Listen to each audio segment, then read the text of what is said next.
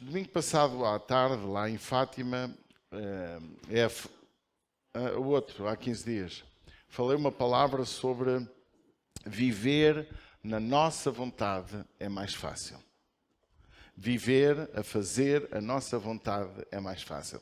E é inspirado nessa palavra que eu ministrei lá, porque tenho 99% das vezes a palavra é outra, quando eu prego de manhã e à tarde. E de facto luto por doar. Outras vezes, quando sinto que devo dar a mesma mensagem, porque tem pessoas também diferentes para receber o mesmo ensino, acabo por também ensinar a mesma que dei de manhã, mas é muito raro isso acontecer. E isso inspirou-me a trazer um pouquinho do que se falou, acrescentando algo mais. Na vida cristã temos que estar preparados para viver de forma certa e possuir os valores que regem o verdadeiro cristianismo. Você concorda comigo?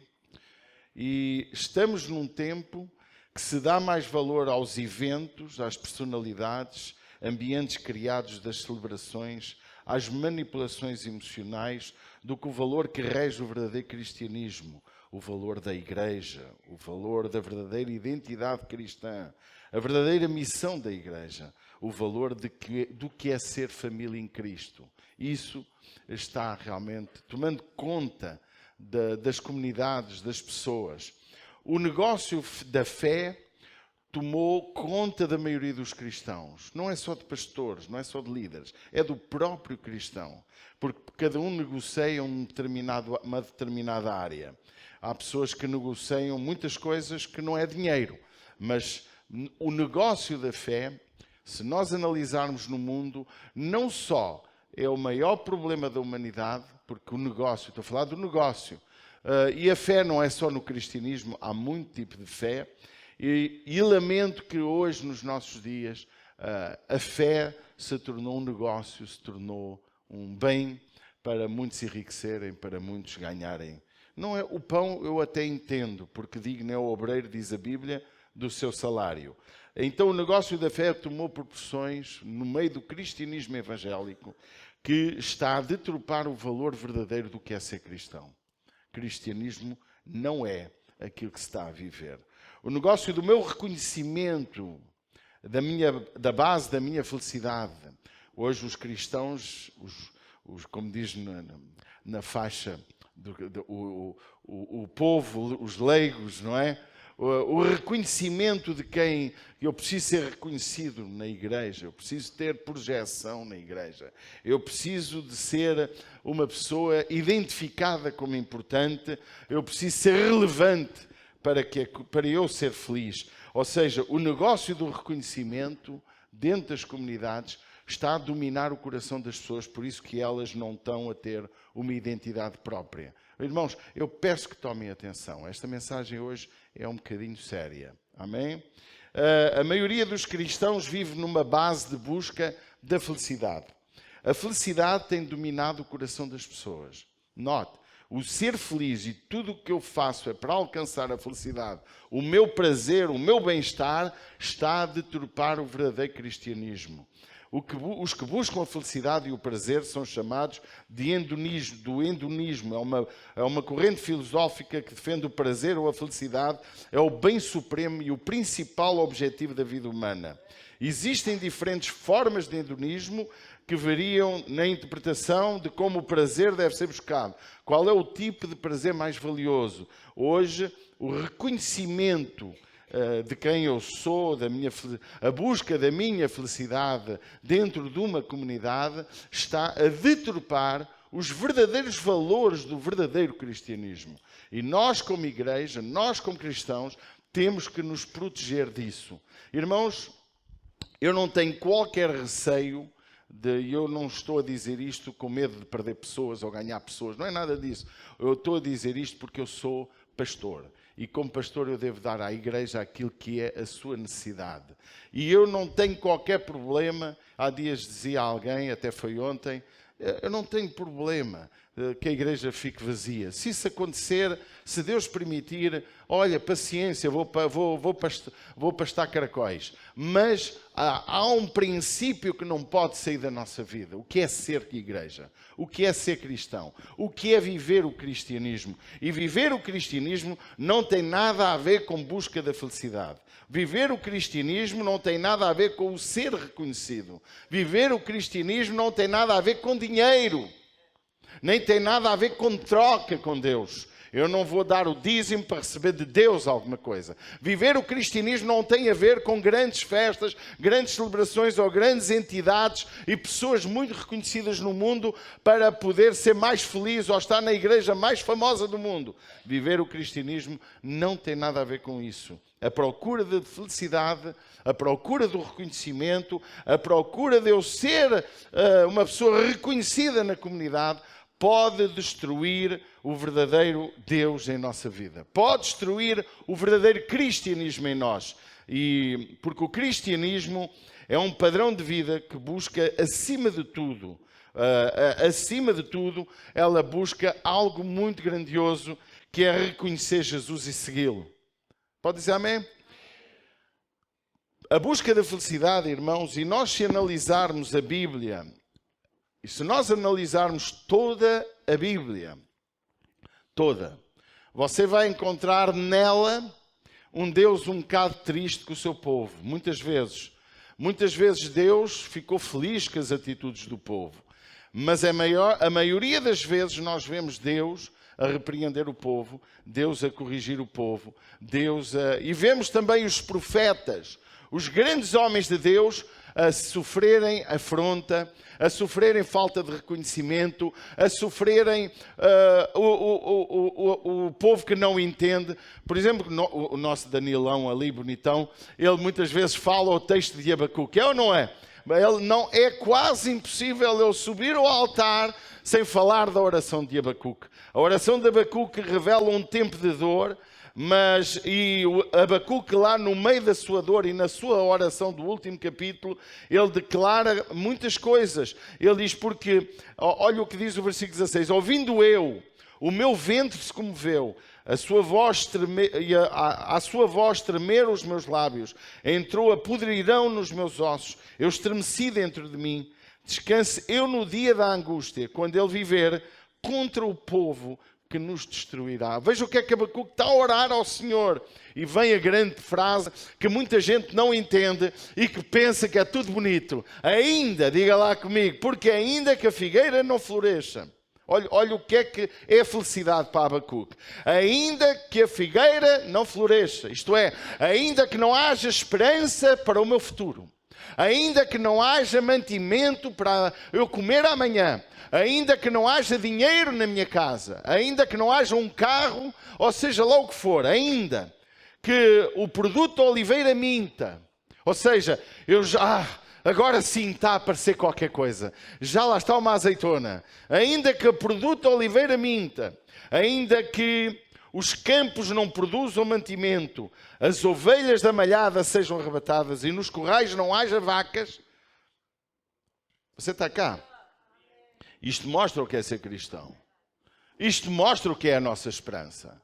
Isto não está a falar, ainda que a igreja esteja fraca, ainda que não haja LED na igreja, ainda que não haja louvor para tocar e músicos para tocarem bonito, ainda que haja muito poucas condições, ainda que haja isso tudo, ainda que a crise tome conta do mundo, ainda que a minha casa esteja a passar fome, todavia, eu me alegrarei no Senhor.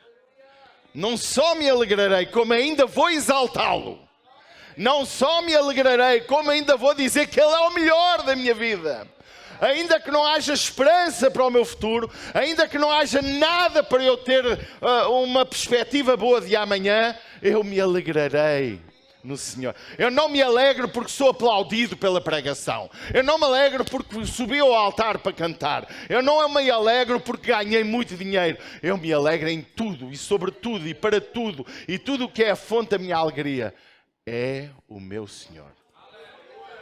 Isto aqui é a fonte. Amém?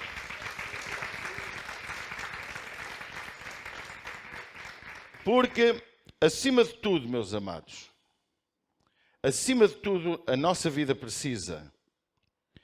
Assim, porque o cristianismo é um padrão de vida que busca, acima de tudo, como disse há pouco, reconhecer Jesus e segui-lo. Parece simples. Reconhecer Jesus e segui-lo. Quando Jesus diz lá em Mateus 11, 28, peço perdão, e ele fala, olha, vinde a mim todos. Ele não é para uma elite, não é para um grupo. Vinde a mim todos os que estáis cansados, e às vezes nós estamos cansados da mentira, estamos cansados da... Não é só cansado de miséria, é cansados de tanta coisa, cansados de falsidade, cansados de hipocrisia, cansados de fariseus que são sepulcros caiados por fora e podres por dentro, cansados das más intenções, das intenções e aquilo que muitas vezes inunda o nosso interior para fazer coisas certas com a intenção errada. Ouça bem, fazer coisas certas com a intenção errada. Orar é bom, não é? Mas pode haver uma motivação errada. Quando nos juntamos. Vir à igreja é bom, não é? Mas muitos vêm com a intenção errada. Quantos têm chegado aqui e às outras igrejas com intenções erradas? Então, nós temos que avaliar uma coisa. O vinde a mim, quando Jesus diz, vinde a mim todos estáis cansados e oprimidos, e eu vos aliviarei, tomai sobre vós o meu jugo, aprendei de mim. É com Cristo que nós temos que aprender. Jesus usa homens para nos ensinar os princípios dele. E nós hoje estamos aqui para aprender dele. Pode dizer amém? Quando se canta, a mensagem cantada é suposto que seja Bíblia. A nossa passagem de Abacuque era uma canção. Quando abrir Abacuque, veja, é uma canção. É uma oração cantada. E a nossa história, a nossa vida, ela precisa de perceber com quem temos que aprender e o que temos que fazer. Porque quando Jesus disse para virmos a Ele, este é um apelo à salvação, é um apelo a quem está cansado de muita coisa, cansado de procurar a verdade sem a encontrar, cansado de viver triste e angustiado e sem esperança. Jesus é a fonte da nossa esperança, pode dizer amém? E Ele convida, vinde a mim, todos estáis cansados e oprimidos, porque eu vou vos aliviar. Mas não escutem, é preciso tomar o meu jugo. E o meu jugo é o lugar onde se mete em cima do jumento, do burro, do cavalo, do boi, para o fazer conduzi-lo. Quem guia o jugo? É quem vai em cima do cavalo. O cavalo é guiado pelo jugo. E nós precisamos de entender, irmãos, o jugo do meu Senhor é suave. O jugo do Senhor é algo fantástico. Mas o jugo do Senhor implica obediência. Porque é suposto que o cavalo não seja tipo selvagem. Um cavalo sem ter jugo é um cavalo que não é conduzido. É um cavalo que vai para onde lhe apetece. É um cavalo que anda sem orientador. Não é em vão quando Deus diz para obedecermos em tudo ao nosso pastor, Ele está a dizer, o vosso pastor precisa de vos guiar e vocês precisam de também ser guiados. E Ele ora por vocês e Ele cuida de vossas almas. Mas quando nós pomos o jugo que é de Jesus em nossa vida, nós estamos prontos a ser guiados por Sua palavra. É a palavra dele que é o jugo. Então nós temos que aprender que é preciso reconhecer Jesus para a nossa vida. Tu queres Jesus na tua vida? Tu queres seguir Jesus? Tu queres, quando agora vamos dentro de 15 dias, vamos ter o dia da igreja, nós espero que toda a igreja lá esteja e que muita gente vá convidada por nós fazer uma festa ali nos Olhos d'Água. É de ontem a 15 dias, é sábado que vem a 8. Um tempo fantástico para batizar algumas irmãs, alguns irmãos, alguns jovens. É um dia de festa para a igreja. Epa. Obrigada. Epa. Sério. Quem é que vai sábado que vem a 8 aos Olhos d'Água? Oh, irmão, você deve ir ao dia da igreja. Você anda para aí em tantas festas, vai a tantas festas a tanto lado, não vai à festa da sua casa? Cuidado, fecha tudo, fala ao patrão, não, é um dia muito importante, vamos estar todos, até vai haver jogos, brincadeiras, vem o ministro do desporto da ICIR, vai orientar uma série de coisas, vai ser um dia maravilhoso, tem que haver jogos também para os velhos, não é? Os coxos, ali a Manelita é coxa, a ver se ela leva o marido também, que é outro coxo, a ver se a gente tem um dia maravilhoso. Irmãos, é a festa da ICIR, todos os anos fazemos pelo menos um dia destes, não é? Outras vezes os tempos de casais, os tempos dos homens, mas é um dia e, claro, também batizamos aqui, que até há quem hoje nem queira batizar nos rios para trazer as pessoas à igreja, não é? A gente vai estar um dia maravilhoso, faça sol, faça chuva, vai estar maravilha. Então, continuando a nossa meditação, há uma coisa que no cristianismo nós temos que perceber, Jesus está a falar isso, saber lidar com o preço da nossa fidelidade. Fidelidade é algo importante. A fidelidade exerce um preço. Quando eu sou fiel, eu pago um preço. Fidelidade implica preço, ou não implica? Não consigo ser fiel sem contrariar as tendências que chegam ao meu dia. O meu dia hoje pode ter uma tendência para me levar à infidelidade. É ou não é? Olha uma briga. Chega alguém, me ofende, me trata-me mal e eu sou como o Pedro. Eu puxo da espada e é logo para matar, não é?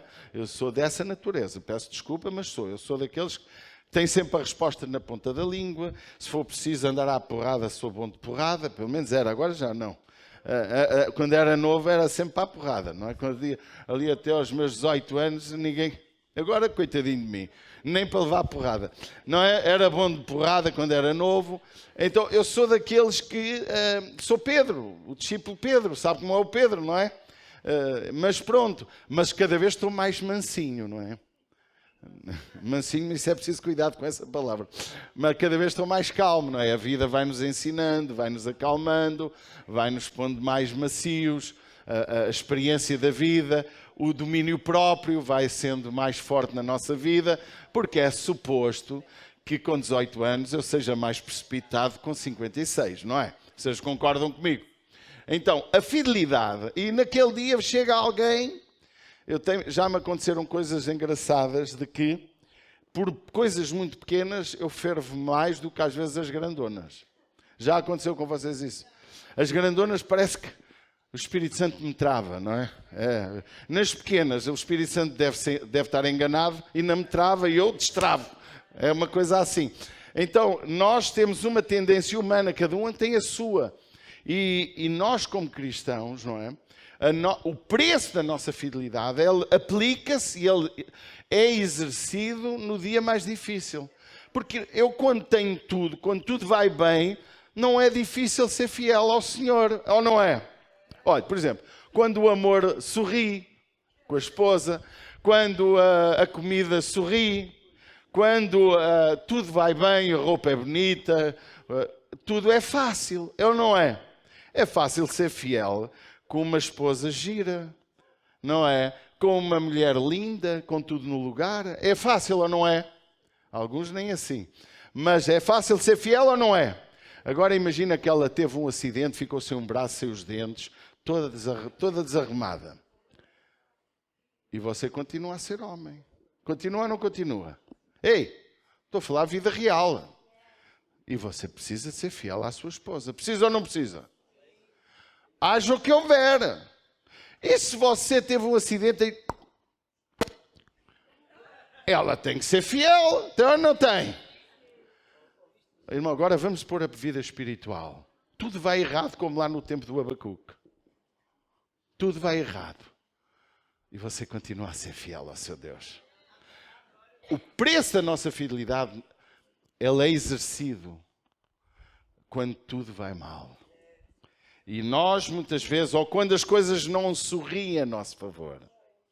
Quando, olha outro momento em que a minha fidelidade é posta em causa.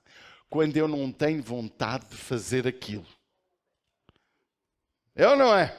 E nós isso vamos falar, por isso que é melhor passar à frente.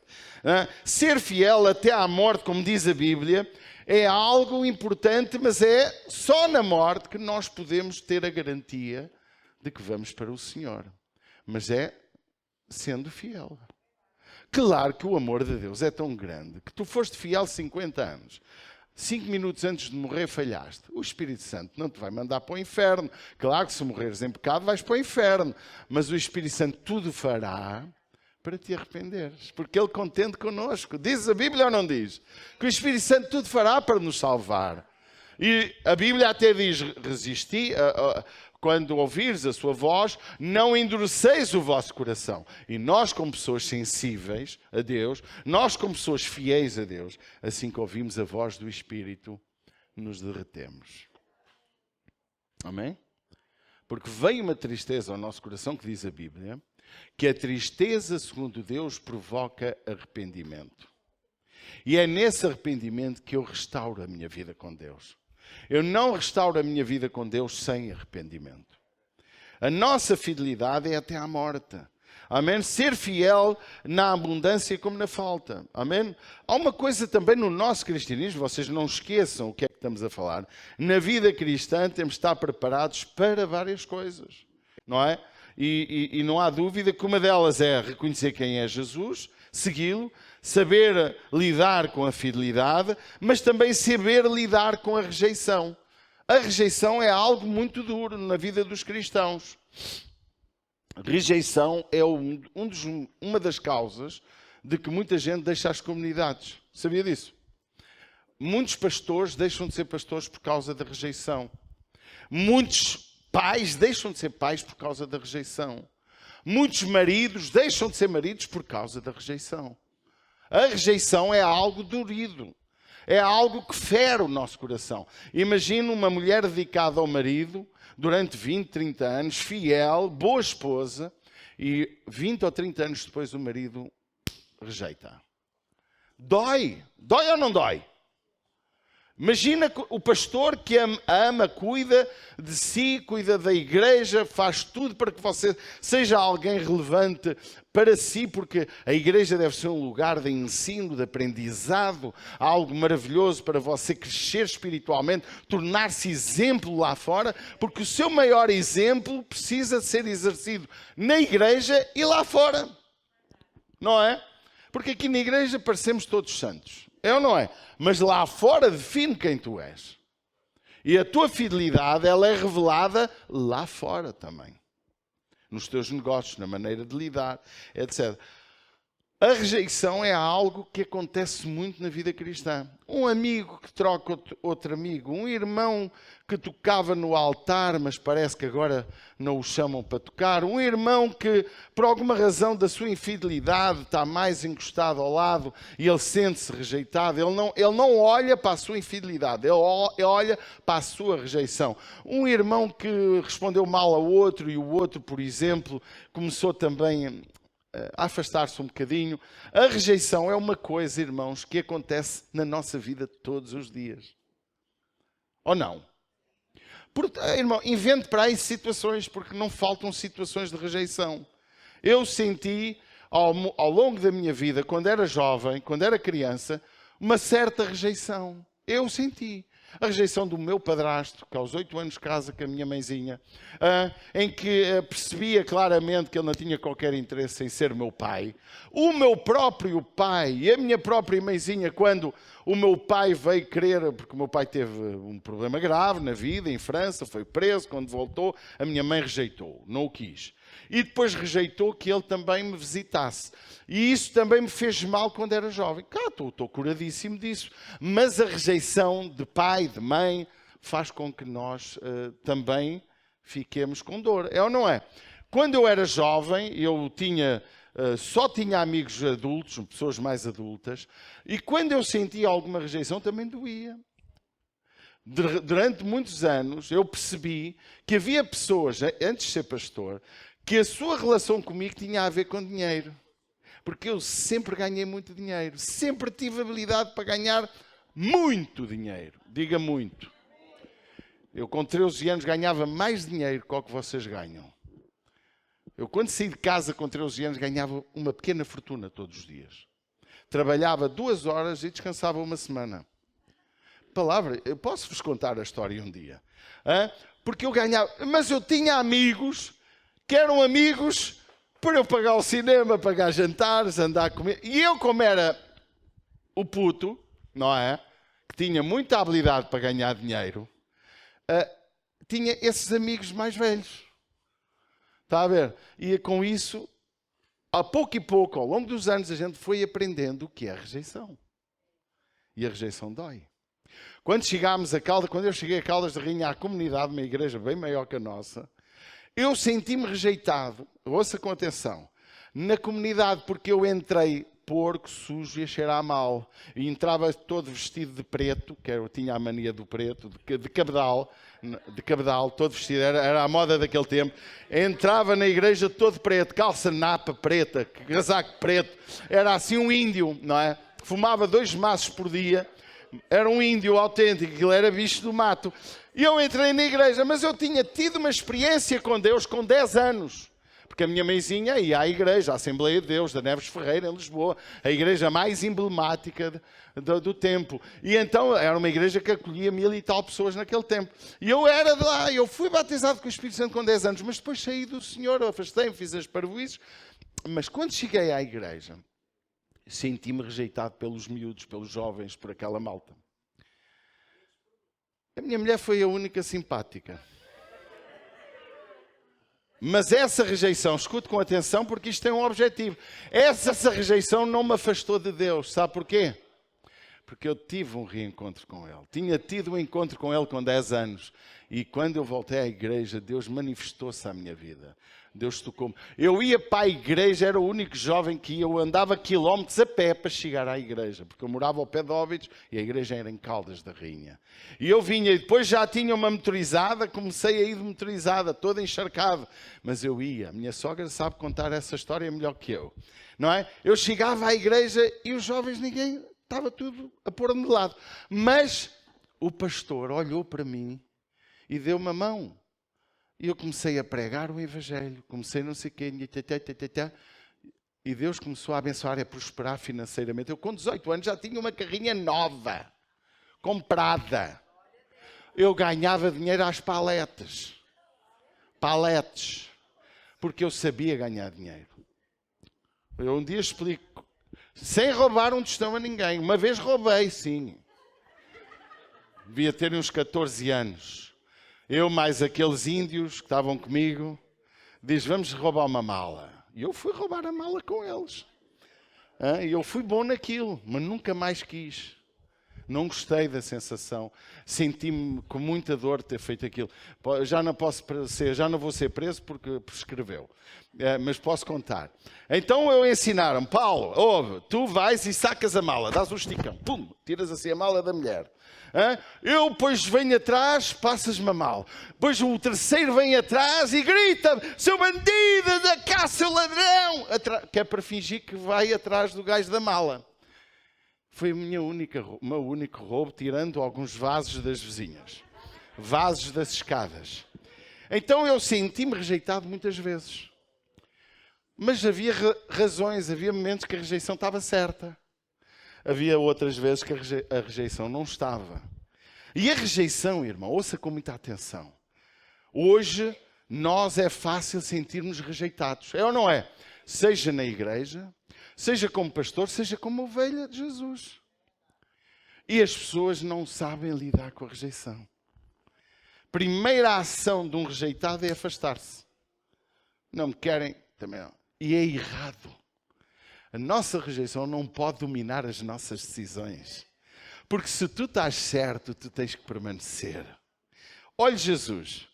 Quem era Jesus? O único que não merecia ser rejeitado. É ou não é? Olha o versículo 60 de João 6. Muitos, depois dos seus discípulos, ouvindo isso, disseram, dura este discurso, quem o pode ouvir? 61. Sabendo, pois, Jesus em si mesmo que os seus discípulos murmuravam a respeito disso, disse-lhes isto, vos escandaliza? Verso 66. Desde então, muitos dos seus discípulos tornaram para trás e já não andavam com ele. Então disse Jesus aos 12, só sobrou os 12. quereis vós também retirar-vos? Respondendo-lhe, pois Simão Pedro disse, Senhor, para onde iremos nós, se tu tens as palavras da vida eterna? Jesus também foi rejeitado. A cruz é o símbolo da rejeição. A rejeição da humilhação, do passar por cima do inocente. Tu precisas de aprender a ser rejeitado neste mundo. Quantas pessoas perdem bons empregos, saem de bons patrões, porque não aprenderam que há momentos que até o patrão o rejeita, mas que se ele permanecer fiel, tudo vai mudar. Olhe para José. José foi a pessoa mais rejeitada. Só sabemos de alguns episódios, mas ele foi muito rejeitado. Pelos irmãos, o próprio Potifar, não é? Quando aquela mulher de Potifar ele rejeitou a mulher por obediência ao Senhor, mas aquele acabou por ser rejeitado e lançado na prisão. Na própria prisão aconteceu o mesmo. Irmãos, nós precisamos de aprender que nesta vida, como cristãos, nós temos momentos de rejeição. E isso não pode alterar a nossa fidelidade, nem o propósito de Deus para a nossa vida. Aprender, irmãos, também o outro aspecto, aprender a contrariar a nossa vontade. E aqui foi o tema que a gente falou lá. E agora vamos falar um bocadinho do que eu falei lá. Aprender a contrariar a nossa vontade é a base daquilo que pode construir uma vida saudável e construir um edifício fixo. Quando eu tenho convicção, quando eu sei qual é o propósito de Deus, quando eu tenho a certeza da vontade de Deus na minha vida, irmãos, há coisas que eu não preciso nem ter convicção, é a palavra. Mas às vezes também há áreas que a palavra não menciona, que eu também preciso ter convicção. Convicção se esta é a igreja que Deus quer para a minha vida, se esta é a esposa que Deus tem para a minha vida, se este é o trabalho que Deus quer que eu exerça, esta é a profissão que Deus quer que eu faça, se esta é a cidade que eu devo viver e construir o meu lar, edificar a minha casa, a minha família, ser um exemplo na sociedade, porque é muito fácil ser exemplo quando só estamos 6 meses ou 1 ano, mas de 20 anos, 30 anos, 50 anos, a construir uma identidade, a construir um padrão, um testemunho, isso fará a diferença. Aprender a contrariar a nossa vontade, porque a nossa vontade, ela é, na maioria das vezes, contrária àquilo que é a vontade de Deus. Sabia disso? A tua vontade é muitas vezes contrária. Se Jesus teve que dizer, em Lucas 9:23, e dizia a todos, se alguém quer vir após mim, negue-se a si mesmo e tome cada dia, não é de vez em quando, é cada dia, a sua cruz e siga-me. Jesus disse, tome cada dia, ou isto é, todos os dias eu tenho que morrer. A cruz representa a morte. A cruz não representa uma picanha no churrasco.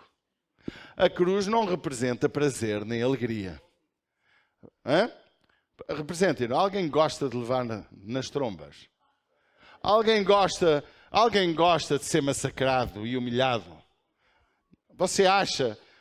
Ninguém gosta, irmão. Eu não gosto. Ninguém gosta. Mas a cruz, o que Jesus está a dizer, se alguém quer vir após mim, negue-se a si mesmo. E a nossa geração está a aprender a viver só na sua vontade. Os jovens só querem viver na sua vontade. Os jovens só querem jogar, brincar, curtir e não estão nem aí. E os pais estão da mesma maneira. Para pior. E os pais estão a ser a causa, muitas vezes, dos jovens estarem a perder. Porque eles podem estar na igreja, mas estão perdidos. Eles não ouvem a maioria das vezes a palavra, eles não obedecem à palavra, eles não leem a Bíblia, eles não oram, mas os pais estão a fazer o mesmo. E os pais não estão a ser exemplo dentro da sua própria casa.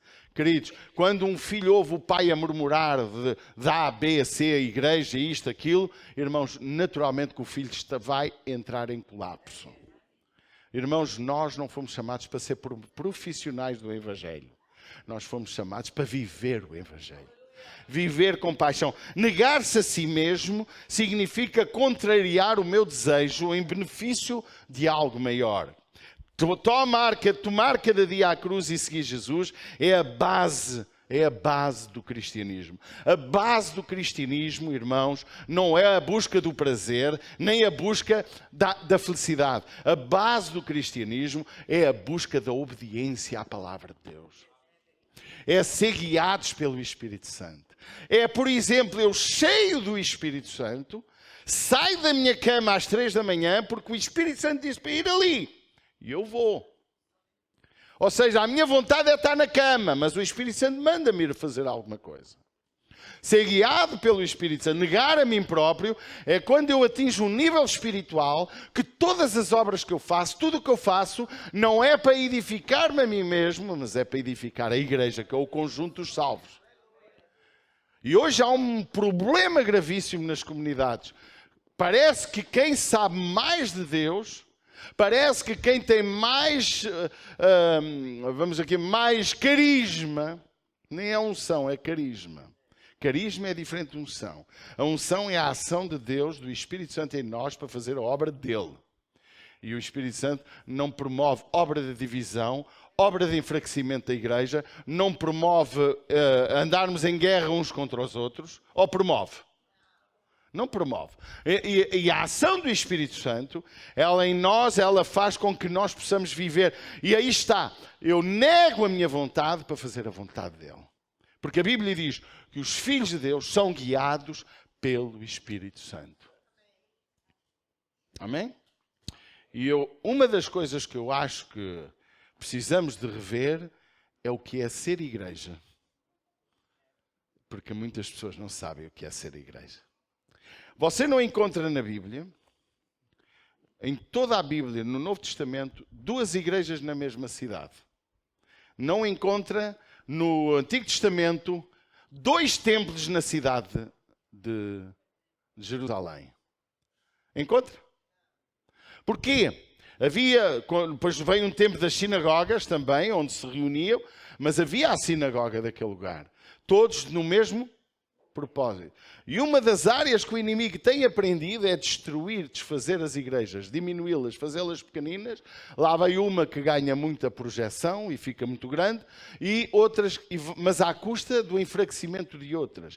Isso não é o propósito de Deus. Não é. O propósito de Deus é ter igrejas fortes na cidade, de gente impactante, de gente capaz de estremecer a cidade por causa do Evangelho. De gente que as pessoas, durante muitos anos nesta cidade, ouça com muita atenção, arrendavam-se as casas aos irmãos que aqui estavam, porque nem precisava de fiador. Sabe porquê? Porque sabiam que era de Icir. Gente séria. Aquilo é gente boa. Éramos conhecidos, gente que ajuda-se mutuamente. Porque isto é que é ser igreja. Amém? E nós, como igreja, irmãos, temos que aprender. Hoje eu estava ontem a partilhar com um casal, que eu tive o prazer de estar com eles durante o dia, e estava a partilhar. Hoje não se consegue, numa comunidade, exercer disciplina. Disciplina significa quando tu estás em pecado, quando tu estás errado, a gente tem que exercer disciplina. A pessoa, ao receber disciplina, põe-se a andar da igreja e vai para outra. E difama a igreja porque tem que ser à vontade do pastor, dele, não pode ser à vontade do pastor. E nós estamos a ver uma geração de crentes, como dizia-me alguém, de crentes dói-dói. Não é? De crentes dói-dói que quando o pastor diz alguma coisa que eu não gosto, eu ponho na alheta, que não falta aí igrejas. Igrejas tornaram-se cafés, tornaram-se salas de cinema, tornaram-se lugares de prazer onde eu levanto o meu ego. Mas ser igreja é negarmos-nos a nós mesmos. Amém? Mesmo que não haja louvor, mesmo que não haja nada, ser igreja é viver na vontade de Deus e não na minha. Porque olha o que Jesus disse, por qualquer, verso 24, capítulo 9 de Lucas, qualquer que quiser salvar a sua vida, perdê-la. É o contrário daquilo que muitas vezes nós queremos. Mas qualquer que por amor de mim perder a sua vida, salvará. Porque aproveita o homem granjear o mundo inteiro, perdendo e prejudicando-se a si mesmo. Porque qualquer que de mim e das minhas palavras se envergonhar, dele se envergonhará o Filho do Homem quando vier na sua glória. Olhando para Jesus, nós vemos o que Jesus falou dele próprio. João 6,37, Jesus disse, tudo o que o Pai me dá virá a mim. e o que vem a mim de maneira nenhuma o lançarei fora. Porque eu desci do céu, não para fazer a minha vontade, mas a vontade daquele que me enviou. Veja, o próprio Cristo, pode subir que eu até preciso de música, mas não sobe mais ninguém. Porque o próprio Cristo disse, eu não vim para fazer a minha vontade. Como é que hoje nós queremos viver um cristianismo a viver, a fazer a nossa vontade? Não nos sujeitamos a nada, não temos sujeição à autoridade. Com a nossa mulher ou o nosso marido, não somos capazes de ceder em nada. Na igreja tem que ser como a gente quer. A igreja, hoje, não estou a falar da IC, estou a falar de qualquer igreja.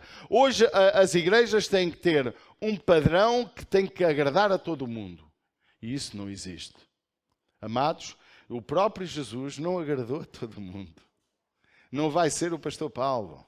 Não vai ser o outro pastor. Não há pastores que consigam agradar a todo o mundo. Você sabia disso? Nem o Banana agrada, porque o pastor Banana também há de haver alguém que não gosta de pastor Banana. Não é? Nunca agrada. Viver na nossa vontade é mais fácil. 1 Pedro 1,14 diz, como filhos obedientes, não vos conformando com os desejos que dantes havia em vossa ignorância. Amém? A palavra concupiscência é desejo. Ou seja, muitas vezes eu quero viver à moda antiga. Quando eu era sem Jesus, eu fazia a minha vontade. Hoje, com Jesus, eu faço a minha vontade. Mas não é. Olha o que diz, como filhos obedientes, não vos conformando com as concupiscências que dantes haviam na vossa ignorância. Mas como é santo aquele que vos chamou, sede vós também santos em toda a vossa maneira de viver. Porquanto escrito está, sede santos, porque eu sou santo. Efésios 2:1 diz, e vos vivificou, estando vós mortos em ofensas e pecados, em que noutro tempo andaste segundo o curso deste mundo. Nós andávamos à vontade do mundo. Era ou não era? Agora não. Não podemos viver dessa forma. Mas em que noutro tempo andaste segundo o curso deste mundo, segundo o príncipe das potestades do ar, do espírito que agora opera nos filhos da desobediência, entre os quais todos nós também antes andávamos nos desejos da nossa carne, fazendo a vontade da nossa carne e dos nossos pensamentos, e éramos por natureza filhos da ira, como os outros também. Éramos, vivíamos nos desejos da nossa carne. Por exemplo, será que todos hoje da ICIR que não estão aqui, não estão porque realmente era inevitável, ou alguns satisfizeram os desejos da sua carne, ou ficando a descansar, ou até indo para uma praia? Não estou a dizer que é pecado ir para a praia, não estou a dizer que é errado tirar férias, mas será que todos obedecemos à voz de Deus? Vocês entendem o que eu estou a falar? Quando nós trocamos a igreja, por exemplo, o dia que nós vamos estar juntos nos olhos d'água, aqueles que não forem, será que podiam evitar não ir? Será que não é mais importante a família estar unida? Por exemplo, quando alguma coisa acontece na igreja, quando alguém precisa de oração, será que tu oras por essa pessoa? Na sexta-feira orámos por uma criança de um amigo e eu disse que íamos orar, eu não vou dizer o nome, que agora não tenho que dizer, mas estávamos a orar por essa criança que tem um problema no cérebro, está-se a detectar, e orámos para que não aconteça nada, para que desapareça. Será que tu não podias estar na sexta-feira? Quem é que vence na tua vida? É a tua vontade ou é a vontade de Deus? Quem é que vence? Veja, olha, nós antes andávamos entre os quais, nós também andamos nos desejos da nossa carne. Quem é que vence? É os desejos da carne? Come e bebes, trocas o que é espiritual, como Isaú trocou, por um prato de lentilhas? O que é mais relevante para ti? É os desejos da tua carne. Olha, eu gosto muito de festa, eu gosto muito de comes e bebes, eu gosto muito de muita coisa, mas o que é mais importante na tua vida? Fazendo a vontade da carne e dos pensamentos. e éramos, por natureza, filhos da ira. De acordo com os princípios de Deus, quem vive na sua vontade, também realiza as mesmas. Se tens vontade de pecar, tu vais pecar. Porque se é ele, é os sentimentos, os desejos que te dominam, são eles que vão tomar conta da tua vida.